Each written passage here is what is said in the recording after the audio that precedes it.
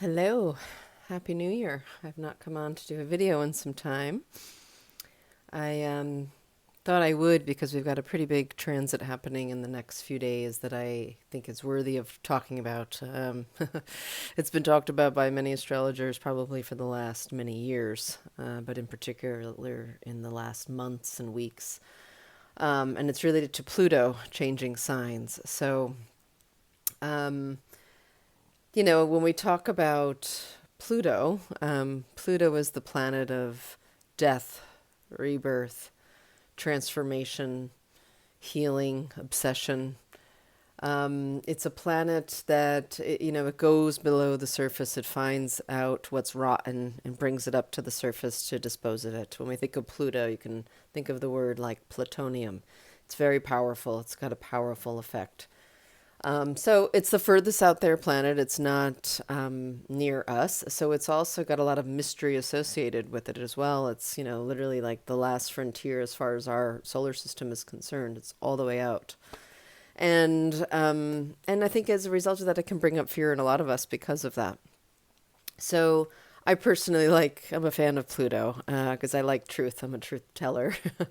And I am a healer. And Pluto does, in a lot of ways, rule the transformative cycles that we all experience and go through. And with that said, I'm pretty, as a healer, I spend a lot of time working with people in dark places, quite literally, because we're moving in from, looking at something when someone's going through a challenging time. And we might call that a little death that they experience in that moment. And through a rebirth, they can come through with more authenticity and truth about themselves.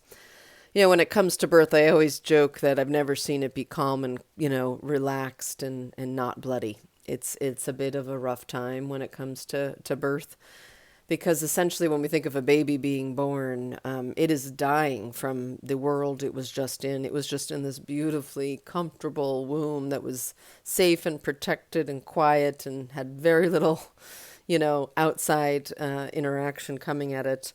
And then it's got to go through a birth canal. That's where, generally speaking, if you're born in that way. If not, then you're yanked out of, a body into the cold, environment of a hospital usually.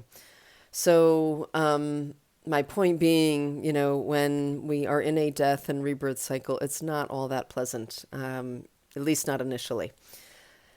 And then once that baby is born, everybody's so happy and overjoyed and they're crying and life is just not the same.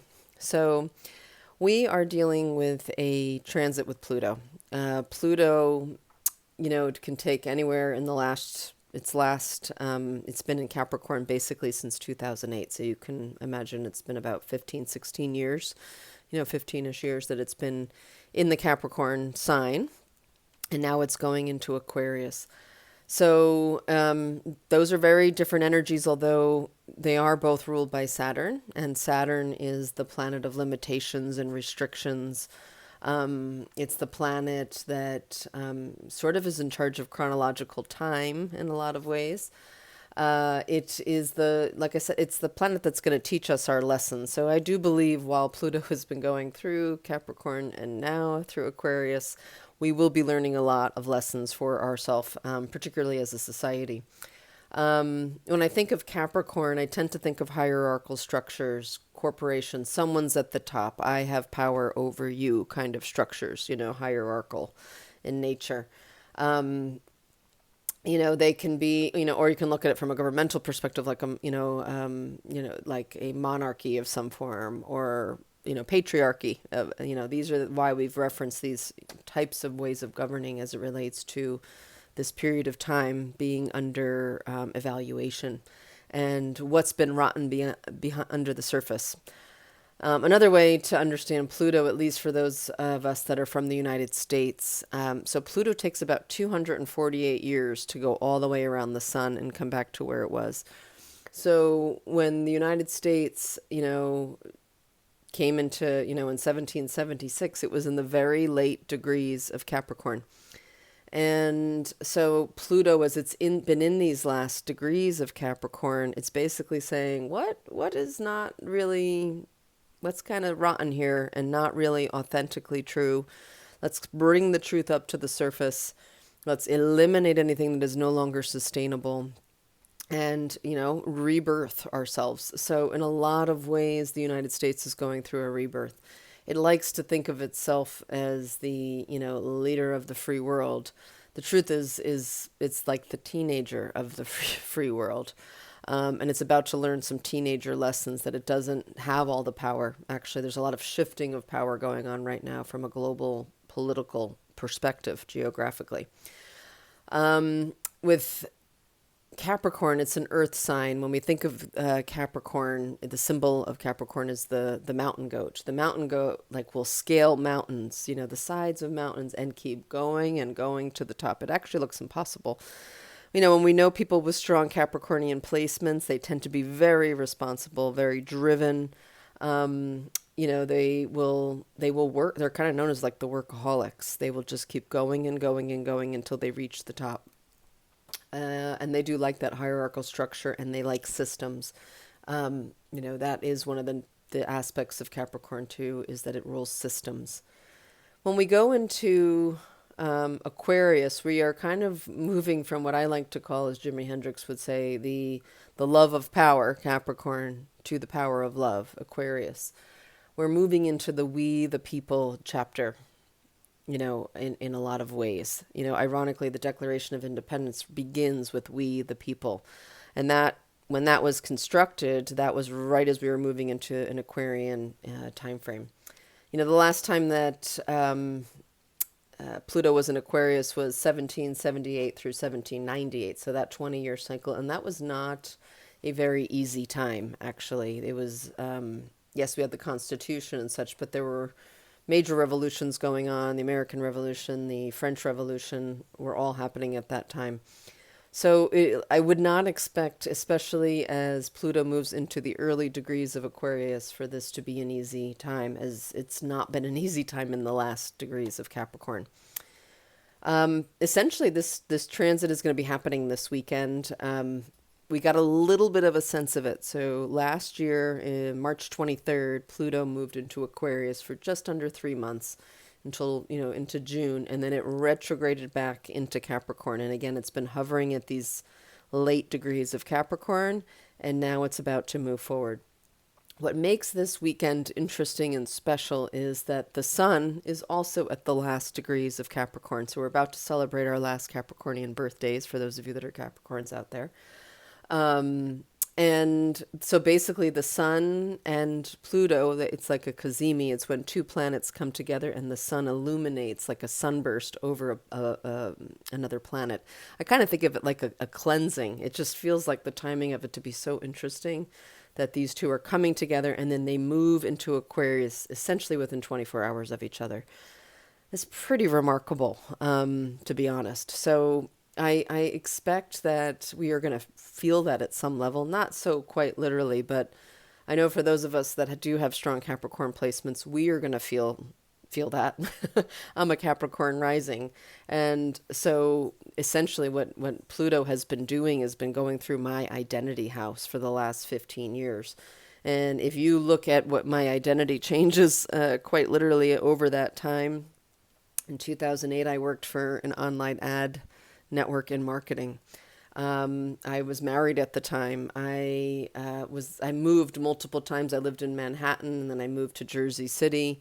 I started working for a financial institution. When 2008, just to give you an idea of like what was happening when Capricorn moved into, when Pluto moved into Capricorn in 2008, ironically, the job I had was working at Goldman Sachs as a wellness director.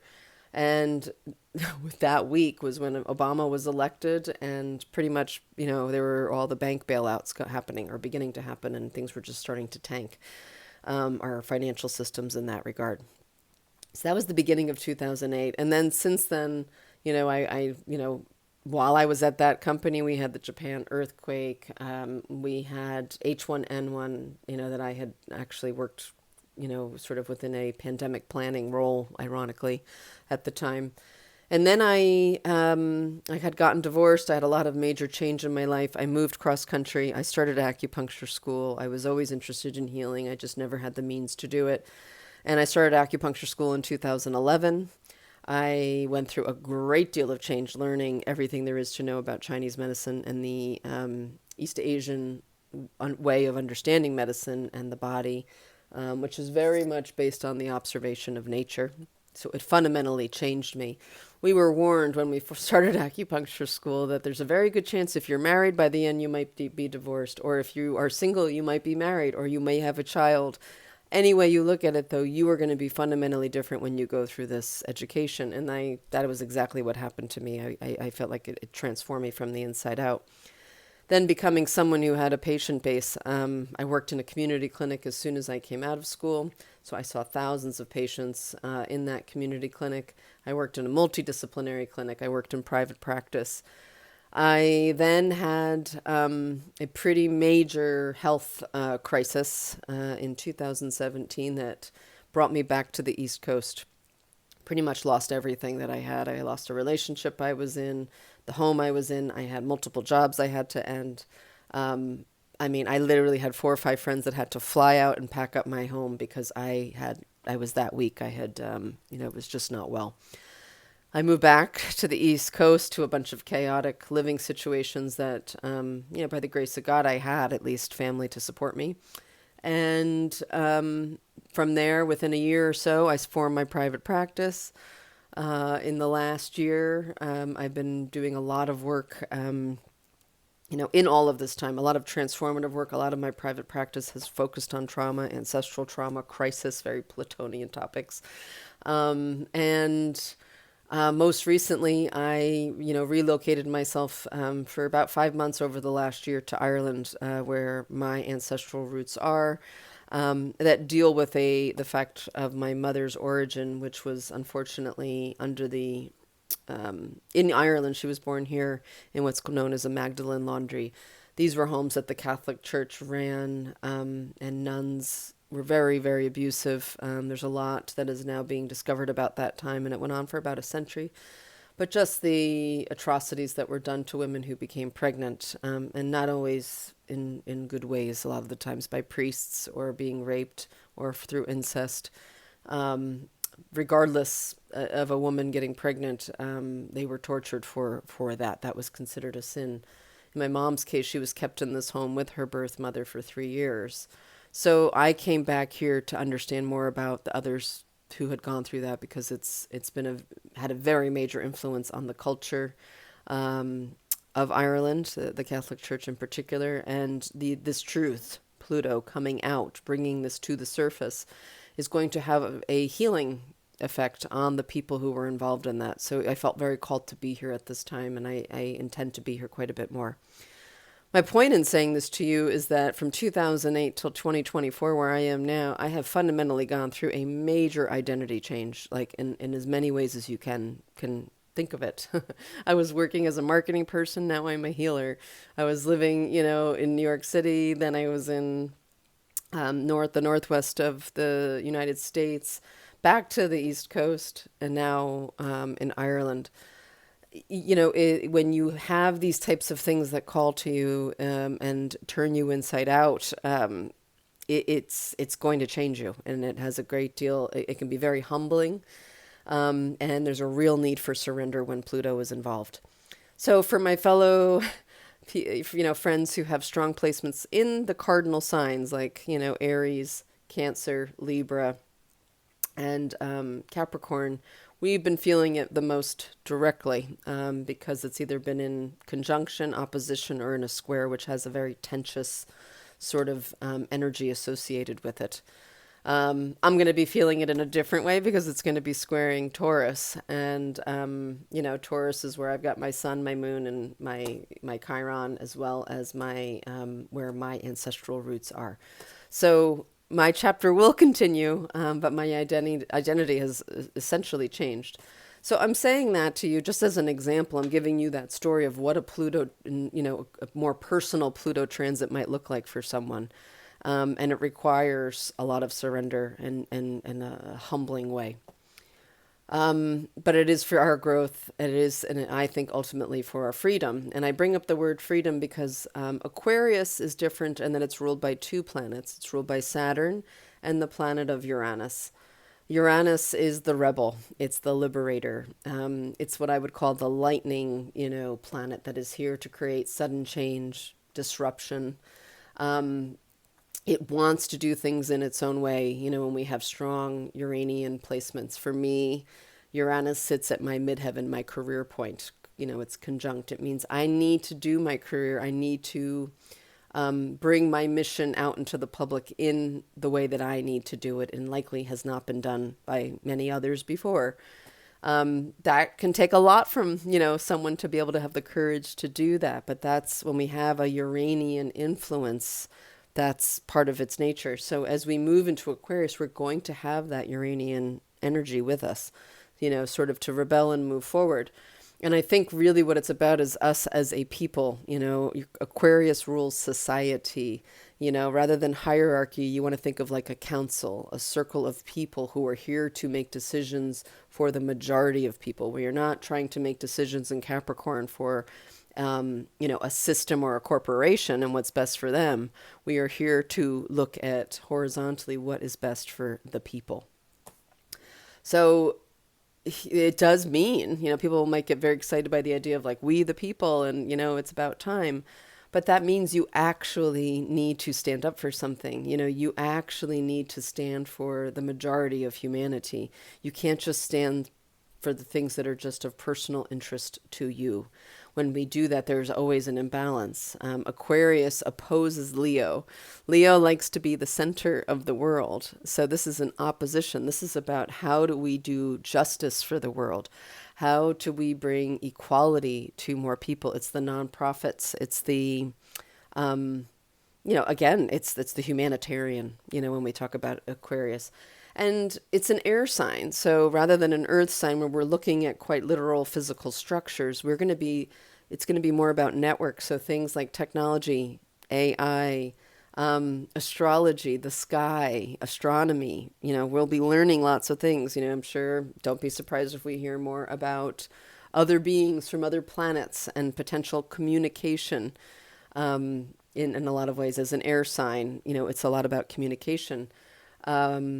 We can see there's been a migration into an Aquarian age when we've moved more from systems to markets. And when we think about markets, like marketplaces like Amazon, or structures where, now if you're going to take a cab, you might work with Uber over a cab company because you can see very clearly if a driver has good ratings. That's the people kind of keeping tabs on the quality control of something. Much more travel rather, is done that way. We're really looking at what were people's experiences. So it holds a certain level of accountability. So that's kind of what you want to be thinking about as we move into an Aquarian age, or in this next 20 years. This is, basically until 2044, I believe, that Pluto will be transiting. There will be a little blip at the end of this year, basically September into November, where we are going to retreat back into Capricorn, and then for our final destination into Aquarius. But the majority of this year, we will have Pluto in Aquarius, so we're going to get a really good flavor for this. And like I said, that happens this weekend. So, some major themes you want to be thinking about when it comes to Pluto is your personal power, your authenticity. How do you stand in your own personal power? What do you need to let go of that doesn't allow you to do that? When we're moving from earth to air, we need to drop some weight. We need to take responsibility for our vibration, for our energetic field. It's important. And when we think of Aquarius, there is this sort of quirkiness and eccentricity that comes with Aquarius. If you know a lot of Aquarius people, they have that very, futuristic type of, vibe to them. Not always easily understandable, in that regard. But it's going to be important for us to really step into our own personal power and our own identities and in a way and understand that sometimes decisions that are going to be made are not going to be for your benefit, but they will be for a majority's benefit. So you not need to kind of start backing away from certain things, and backing certain leaders and become your own leader inside of a society, inside of a network. So think about that. It's a time where I also believe locality is going to be really important, and knowing the community around you and being connected to the community around you. Again, it's a network. Media is going to shift. There's going to be different levels of when Pluto comes in. It's the things that haven't been great, like this propaganda, or this the aspects of what we might call censorship, or even like cancel culture, where people are canceling people because they don't like what they say. And, those things are going to be addressed in a lot of ways. And you need to be really appreciative that while you may not agree with someone who's standing up and using their voice, you should at least appreciate that there's someone doing that, especially in this time frame. It's vital, So anyways, I'm hoping this is helpful, a little bit of just a window into where we're headed. I do think it's a time where astrology is going to become very important to people because they're going to need we're going to need guidance systems. I think that's a big reason why I've been guided to take this more seriously and guide people through it, because these big boulders in the sky called planets and the luminaries, the sun, the moon, they have energetic qualities that are giving us, intuiting information into us. And we're all designed differently, and it's really helpful to understand the way that you were designed and not to be following old societal norms that are no longer going to apply. Those are going to be very painful to continue to follow. The tool belt that you're used to using to get ahead and have power over people is not going to work the same way. So I would highly recommend you look into personal growth opportunities, healing opportunities. It's a big reason why I'm stepping into mentoring people in a way that is not where I have to be in a treatment room only with them, potentially teaching. But at the very least, right now, as I did today, I had a first session for someone who entered my orientation mentorship. I started that program because I want to help people orient into the time frame that we're going into. So I'm not using this as a sales ploy, but I do think it's important that if you're feeling a certain way, that you invest in yourself. You want to come to understand yourself and the very unique qualities that make you up, so that you can step into your power. And so that when the chaos is going on out there, because it's going to continue, how do you stay strong within that? How do you stay strong for, inside of your family unit, in your friend unit, or in your community? And potentially, as I feel I've really had to do over the last few years, you may need to leave certain friends. You may need to leave certain communities because they're not serving you and really why you're here anymore. And it takes too much energy to dip down into a vibration that you no longer resonate with. So I just encourage you in whatever way, whether that's through some form of therapy or healing modality, Reiki, those are excellent ways for you to start working with your own energetic fields. Okay, I think that's all I've got. So I'm wishing you a very beautiful transit one way or another. Maybe take a time and just reflect from 2008 to now to get a sense of maybe how, if you do know your astrology chart, you can look at where Capricorn is and just get an idea of the area of life that it's been reworking for you. Like I said, in my case, it was my identity, my sort of unconscious, because some of it's in my 12th house and the rest is in my first house. I've talked to many of you that are Capricorn midheavens, which means your careers are ruled by Capricorn. So people who've been going through major career shifts. And many of you who've got Capricorn placements in all different areas of your life. So it just depends on the time of birth, that you were born, and where all of that landed, to get an idea of really what's been reworked for you. But check it out. If you get the chance, you can look up your chart pretty easily. Like I said, having your birth time is important because it tells you, that's what lays out which sign goes with, around which houses. If you just have your sun and your moon sign, it's helpful and you'll know what sign the planets were in, but you won't know what area of life that those planets and luminaries were when you were born. Okay. Feel free to, drop a question down below if you have any questions about anything. Maybe you even let me know, where has Capricorn reworked your life? Or where is it now heading when it's in Aquarius? What part of your chart is it going to be hitting now? All right. Good luck to you. Happy Pluto ingress into Aquarius. Ciao, ciao.